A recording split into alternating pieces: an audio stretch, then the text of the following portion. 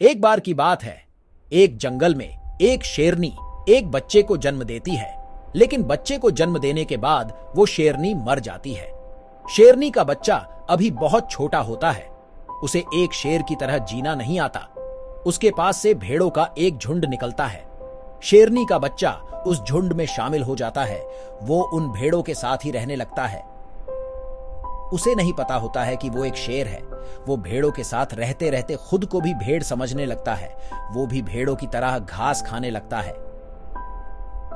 जैसे जैसे समय बीतता जाता है, वो बच्चा बड़ा हो जाता है। कुछ सालों बाद वो एक बड़ा और जवान शेर बन चुका होता है, लेकिन भेड़ों के साथ रहते रहते वो खुद को भेड़ ही समझता है और भेड़ों को भी उसकी आदत हो जाती है, जिसके कारण वो उससे डरते नहीं हैं।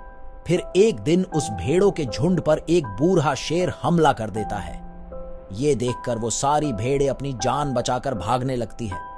वो जवान शेर उन भेड़ों के साथ अपनी जान बचाने के लिए भागने लगता है। इतने में उस बूढ़े शेर की नजर उस जवान शेर पर पड़ती है। वो ये देखकर बहुत हैरान होता है कि एक शेर भेड़ों के बीच में इस तरह भाग रहा होता है, क्योंकि उसने ऐसा नजारा पहले कभी भी नहीं देखा होता। वो इस नजारे को देखकर ये भूल जाता है कि वो वहां शिकार करने आया है। वो बूढ़ा शेर उस दूसरे शेर की तरफ भागने लगता है। उस बूढ़े शेर को अपनी तरफ आते देख वो जवान शेर भी अपनी जान बचाने के लिए भागने लगता है। फिर काफी देर भागने के बाद वो बूढ़ा शेर उस जवान शेर को पकड़ लेता है। वो शेर एक भेड़ की तरफ उस बूढ़े शेर से डर रहा होता है और डरते डरते उस शेर से कहता है कि मुझे कुछ मत करना, मैं तो एक मामूली सा भेड़ हूं। इतना सुनते ही वो बूढ़ा शेर समझ जाता है कि इसके साथ क्या हुआ है। उस जवान शेर को वो नदी के पास लेकर जाता है और उसे नदी में देखने को कहता है। नदी का पानी बिल्कुल साफ होता है। जैसे ही वो शेर नदी में देखता है तो उसे अपना चेहरा दिखता है। फिर वो शेर कहता है, अब तुम मेरे शरीर और चेहरे को देखो तो तुम समझ जाओगे कि मैं तुम्हें क्या समझाना चाहता हूं। वो शेर देखता है कि उस बूढ़े शेर का चेहरा और शरीर बिल्कुल उसी की तरह है। उस जवान शेर को सब कुछ समझ आ जाता है। उसे ये पता चल जाता है कि वो भेड़ नहीं बल्कि एक शेर है।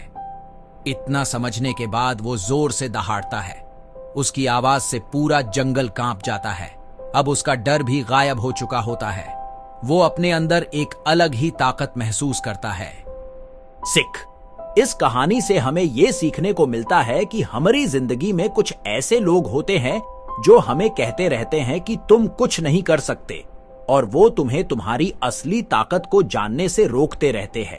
इसलिए हमें उनकी बातें नहीं सुननी चाहिए और खुद को पहचानना चाहिए और अपनी काबिलियत को समझना चाहिए, क्योंकि क्या पता आप भी उस शेर की तरह भेड़ों के बीच में रह रहे हो।